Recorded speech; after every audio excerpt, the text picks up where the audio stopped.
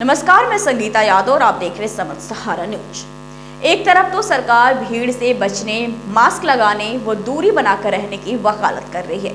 नए नए नियम बनाए जा रहे हैं और लोगों को जागरूक करने का अभियान भी सरकार के द्वारा बढ़ चढ़कर किया जा रहा है।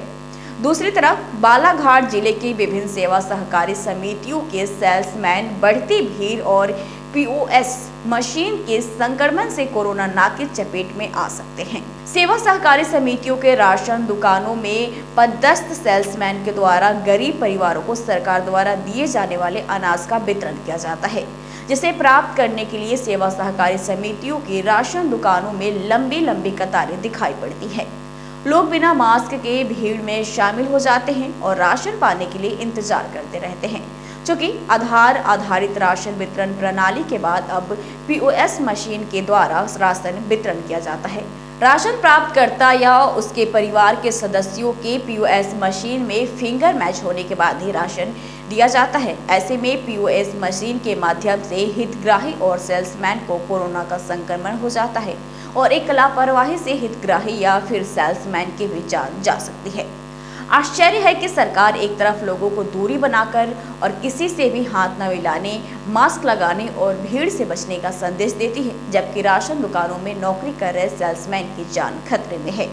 जिले की अधिकांश राशन दुकानों में जब समर्थ सहारा की टीम पहुंची तो हमने देखा कि उम्र दराज लोग अपना राशन पाने के लिए राशन दुकानों के बाहर भीड़ लगाकर खड़े हैं या फिर अपनी बारी का इंतजार कर रहे हैं। शासन, प्रशासन या फिर चिकित्सकों के द्वारा ये भी सलाह दी जाती है कि वृद्धजनों या बुजुर्ग भीड़ से बचकर रहें, लोगों से दूरी बनाकर रखें। लेकिन यदि गरीब आदमी राशन दुकान पर पहुंचकर यदि राशन नहीं लेगा तो फिर उसे भूखे रहने की नौबत आ सकती है। सोसाइटी क्यों आए थे? राशन के लिए। कितनी एज है आपकी? कितनी उम्र है आपकी? 60 साल की। अच्छा, 60 साल की उम्र है। घर में और कोई नहीं है आपके यहाँ? परिवार है पर नहीं आए, वो आप आए हैं? हाँ, मेरे नाम से कार्ड है। क्या नाम है आपका? अब्दुल्ला। कहाँ रहते हैं? मुरवई। मुरबई रहते हैं। क्यों आए यहाँ पर अभी? राशन के लिए। कितनी उम्र हो गई आपकी? 60 साल हो गई। अच्छा, एक बात बताइए, सरकार कहती है कि बुजुर्ग जो हैं कोरोना काल में बाहर ना निकलें क्योंकि कोरोना ना हो जाए आप लोगों को, तो फिर क्यों आते हैं यहाँ पर? राशन ले जाएंगे तो कैसा करेंगे आप? तो घर पे तो लाते थे, देते क्यों? जी, तो आपको नहीं लगता कि कभी सरकार जब खुद कहती है कि बुजुर्ग जो है बाहर ना निकले तो फिर उन्हें देना चाहिए, हाँ। फिर घर आकर देना चाहिए, कुछ ऐसी व्यवस्था बनानी चाहिए? हाँ जी, क्यों नहीं बनेंगे? क्यों नहीं?